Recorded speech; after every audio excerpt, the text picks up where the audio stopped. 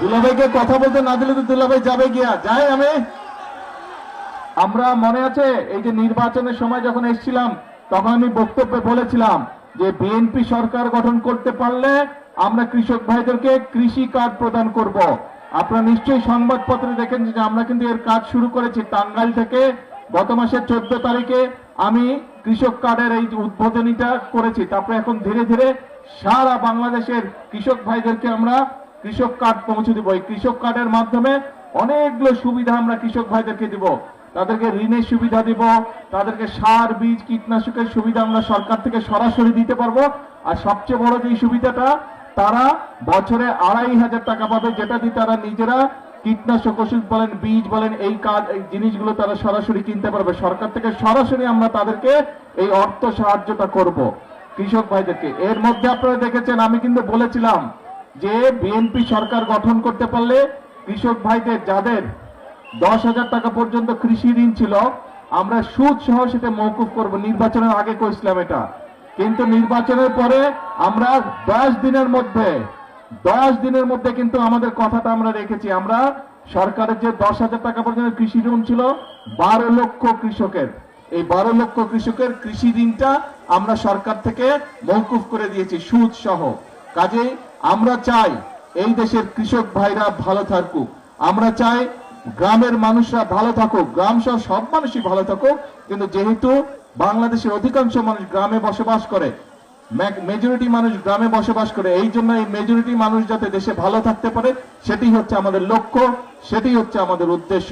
সেই জন্য প্রিয় ভাই বোনেরা, আমরা বলেছিলাম যে আমরা খাল খনন শুরু করব।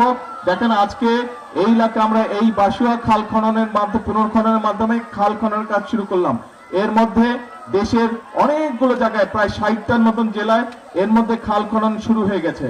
এই খাল খনন এবারই শেষ হবে না, এটা প্রায় 40 কিলোমিটার, তার মধ্যে 23 কিলোমিটার খাল আমরা পুনর্খনন করব। এবং এই 23 কিলোমিটার খাল পূরণ করতে আমাদের 2টো শুকনো মৌসুম লাগবে। এই এখন শুরু হলো, কিন্তু এখন তো বর্ষা শুরু হয়ে গেছে, এবছর তো আর শেষ হবে না, কিন্তু এই বছর নভেম্বর থেকে আবার আমরা খাল খনন শুরু করব শুকনা মৌসুমটা শুরু হলে। এবং ইনশাল্লাহ আগামী বছর আমরা চেষ্টা করব এই 23 কিলোমিটার খাল সম্পূর্ণভাবে আমরা পুনর্খনন করতে। তার ফলে দুই পাশে যেরকম মানুষগুলো কৃষক ভাইরা পানির সুবিধা পাবে, একইভাবে এলাকার মানুষরা পানির সুবিধা পাবে। এবং শুধু খাল খনে না, এই খালের পাশ দিয়ে দুই পাশে 23 কিলোমিটার দুই পাশ দিয়ে খালের দুই পাশে আমরা প্রায় 50,000 গাছ আমরা বৃক্ষরোপণ করব। আমরা যেই বৃক্ষরোপণ করলে খালটাকে ধরে রাখতে পারবে, এলাকার মানুষেরও বসার জায়গা হবে গাছের তলায়। এবং আমরা চেষ্টা করব সেখানে বিভিন্ন ফলাদি গাছও রোপণ করতে, যাতে করে এলাকার মানুষ ফল ফলাদি খেতে পারে। কি ভাই আছেন নাকি এই কাজে? ঠিক। এখন এই যে যেই কাজগুলো আমরা করব, এই কাজগুলো করলে উপকার হবে কার? এলাকার মানুষের উপকার হবে। কাজ ঠিক আছে তাহলে? ঠিক আছে, তাহলে আজকে আর কথা বলবো না, বৃষ্টি হচ্ছে আকাশে, সবাই ভিজে যাবে। কি ও এখানে, আচ্ছা এইদিকে, এই যে এখন দেখা যায়। হ্যাঁ, তো এখন কথা একটাই, আমরা বহু আন্দোলন সংগ্রাম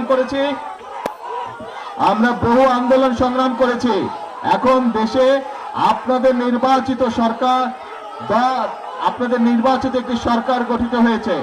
এই নির্বাচিত সরকারের কাজ হচ্ছে আস্তে আস্তে, স্লোগান দিলে কথা শুনতে পাবো না তো, আস্তে আস্তে আস্তে, এক মিনিট একটু চুপ করতে হবে।